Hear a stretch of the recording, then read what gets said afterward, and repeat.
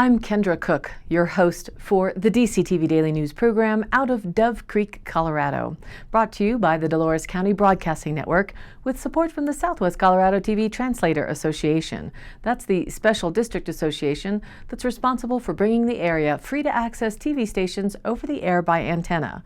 This is a community TV station, so if there's a news story or event information that you'd like to share, call us at 970-677-4119. And if you're a business, organization, or individual, we welcome you to find out about sponsorship opportunities for banners or video segments run on the channel. This is the Friday program for January 8th, 2021, DCTV Daily News. A curiously spun story from the Durango Herald with a headline, quote, "Security to be increased at COVID-19 testing site to stop photos and videos. State says people recording healthcare workers is a concern." A side note that what in the world has happened with transparency if there is nothing to hide concept, along with cameras capturing every action you take without privacy. 1984 Orwellian situation seems to be playing out. They write, La Plata County seeks to increase security at its COVID-19 testing site after some members of the public have shown up in recent weeks to take photos and videos of healthcare workers and patients. Local officials say it is a developing problem at testing sites across the country.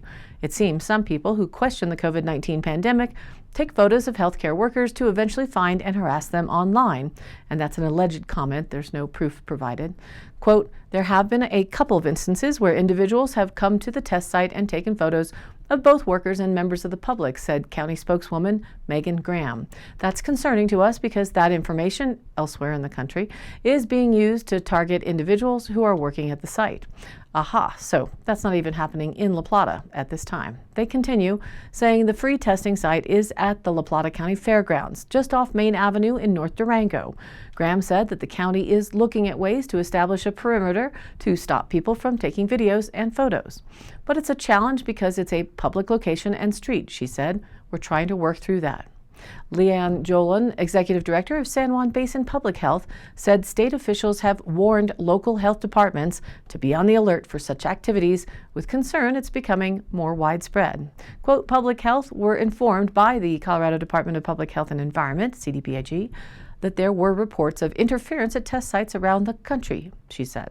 Okay. Again, taking photos or videos at a public site is not invasive, if it's not invasive, that I have seen.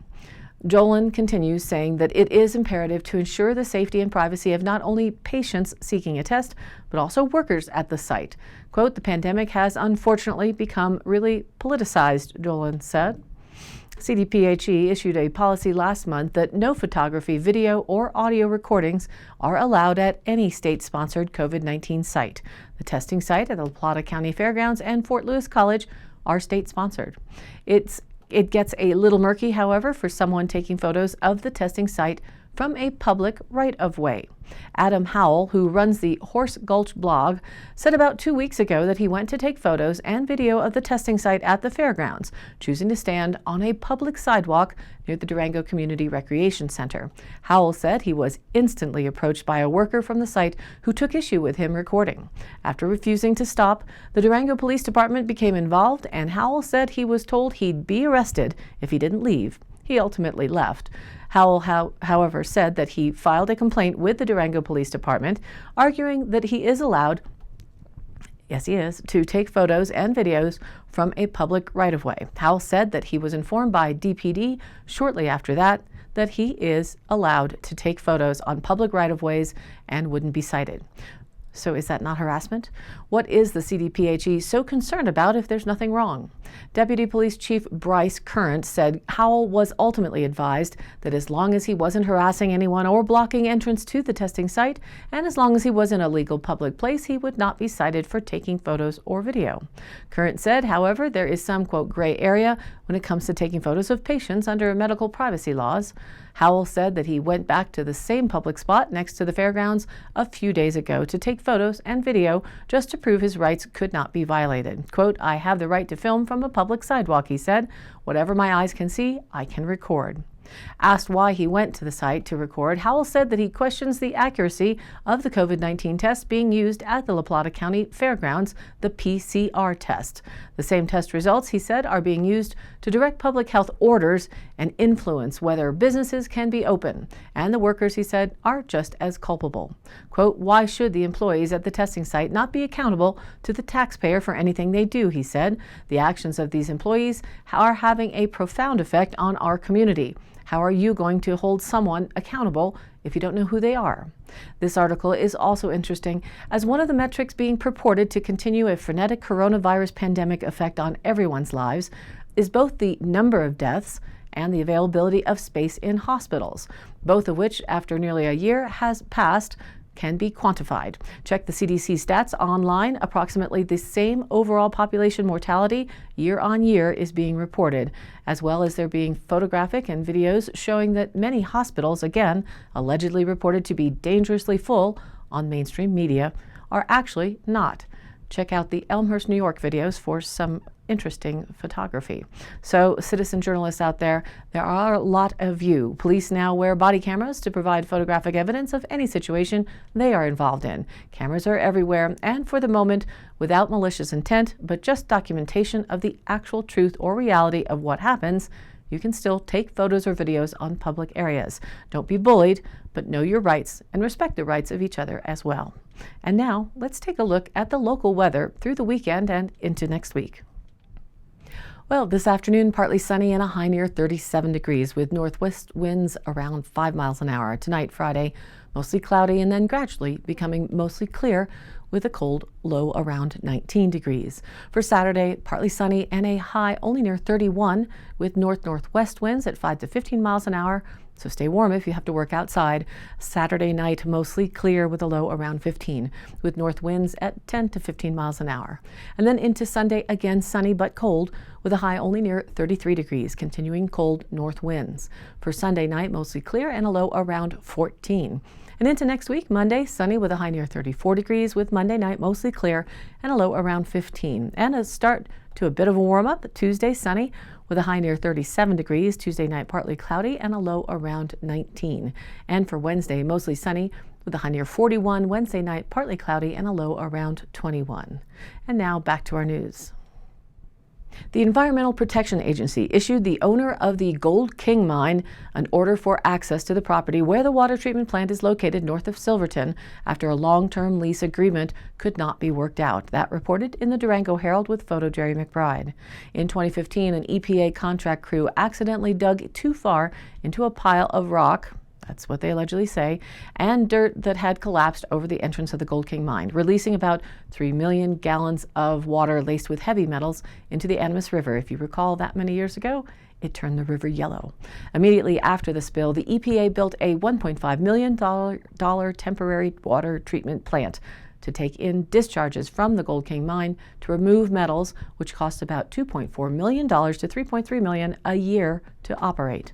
The water treatment plant, however, is located on a site known as Gladstone, about 8 miles north of Silverton, up County Road 110, owned by the same person who owns the Gold King mine, Todd Hennis. Hennis, an entrepreneur based in Golden, Colorado, has long had an interest in the mines that dot the San Juan Mountains around Silverton, and over the years has been buying up old mine sites with the hopes of revamping the industry. Hennis has also for years objected to the EPA's cleanup work in the region.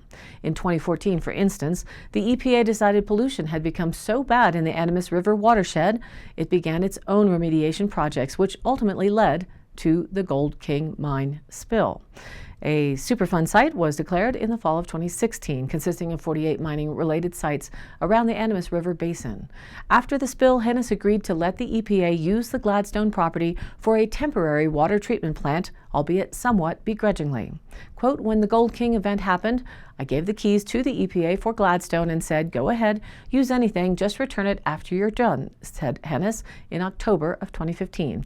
"That rapidly changed into having the hell torn out of my land," he said. The water treatment plant continues to operate to this day and is seen by some invested in the cleanup of mines around Silverton as a possible long-term solution to improving water quality in the Animas River. Since 2015, the EPA has operated on the Gladstone property through a, quote, general access order. though the agency has not paid Hennis for use of the land, said EPA spokeswoman Katherine Jenkins. The EPA has, however, worked for years to come to a long-term lease agreement with Hennis that would include payments for use of the land based on fair market value, but those efforts have not been successful. Mr. Hennis has declined EPA's multiple requests for long-term access and has rejected a long-term lease agreement for EPA's use of the Gladstone property, Jenkins said, because, in part, of the resources and staff time required to send Hennis monthly general access orders. The EPA on January 6 sent him an administrative order that requires him to give the EPA full access to the Gladstone property. An administrative order, according to the EPA website, says it's an enforcement tool under the Superfund program. Quote, "We want to have consistent access to the water treatment plants so we can maintain and provide water treatment. That's the reasoning," Jenkins said. When contacted, Hennis said, "I cannot comment on this development other than to say that the EPA currently has access to the site." The long-term future of the water treatment plant is an issue high atop the list of priorities in the Superfund around Silverton, known as the Bonita Peak Mining District Superfund site. The EPA's Jenkins said that the administrative order would terminate if a lease agreement is signed or if access to the property is no longer needed by the EPA to conduct response activities at the Bonita Peak Mining District Superfund site. And this was reported around Christmas, but a reminder if you missed it during the holidays. As reported in the Journal, Dolores County has issued a winter closure on a 25-mile section of the Dolores-Norwood Road, Forest Road 526, for highway vehicles. Vehicle closure gates are placed at the Cottonwood Road intersection at a point just south of the Road D, Disappointment Valley Road, and 5 miles south of Miramonte Reservoir. The closure began on December 28th. The road closure prohibits highway vehicles, but it remains open for OHVs, snowmobiles and backcountry skiers, hikers and snowshoers. Summer homes along the road and at Groundhog Lake may be accessed via OHVs after that December 28th date. The closure is necessary to prevent regular highway vehicles from becoming stranded on the section of road which is not maintained in the winter, said Dolores County Search and Rescue Director Keith Kiesling. Rescues of stranded drivers were happening on the road on average 4 to 5 times per year, sometimes many more, he said. Part of the problem is Google Maps, Kiesling said. When non-locals punch in the shortest route to Telluride from the south or to Cortez from the north, the map directs them to the Dolores-Norwood Road, which is impassable in the winter. While most turn around when they see the winter snow situation, others trust their phone and keep going, get stuck and stranded, and call us for help, Kiesling said. This is the second year the county has decided to close the section of the road during the winter. Gates have been installed, but room was left so OHVs and snowmobiles can get around them. And today's High Canyon Country happenings and info. The Navajo Nation health officials on Thursday reported 257 new coronavirus cases and 6 more deaths. The latest figures increased the tribe's totals since the pandemic began to 24,521 cases and 844 known apparent deaths related to COVID. And this reported in the Journal, with health officials saying that more than 212,000 people have been tested for COVID-19 or on the reservation, and more than 12,600 have recovered so far. The number of infections is thought to be far higher than reported because many people have not been tested, and studies suggest that people can be infected with the virus without feeling sick. On Monday, the Navajo Department of Health identified 73 communities with uncontrolled spread of COVID-19 on the tribe's vast reservation, covering parts of Arizona, New Mexico, and Utah. The Navajo Nation has extended the stay-at-home order and weekend lockdowns through January 25th at this point, though they seem to not have helped throughout last year.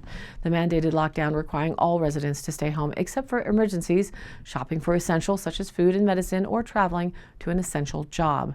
Our thoughts and prayers are with everyone on the reservation that this has affected, and wish them all health and speedy recoveries.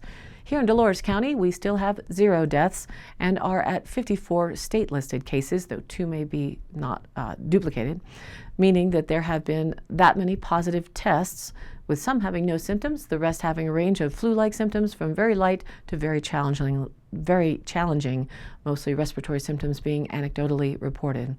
And to catch this program online, visit our Facebook page, which is DCTV Daily News, or also online on YouTube. Both you can follow and or subscribe to easily and join in on the conversation. This is your local community TV station. So if you have something that you would like to share, again, the email is dcbnnews@gmail.com. That's Dolores County Broadcasting Network, DCBN News. Or you can call us and leave a message at 970-677-4119. Thanks for tuning in to DCTV Daily News. If you like the program, please do like and follow us on Facebook and share it with your friends and family. This has been a production of DCTV for the DCTV Daily News program out of Dove Creek, Colorado, USA. I'm Kendra Cook. Be well and keep thinking.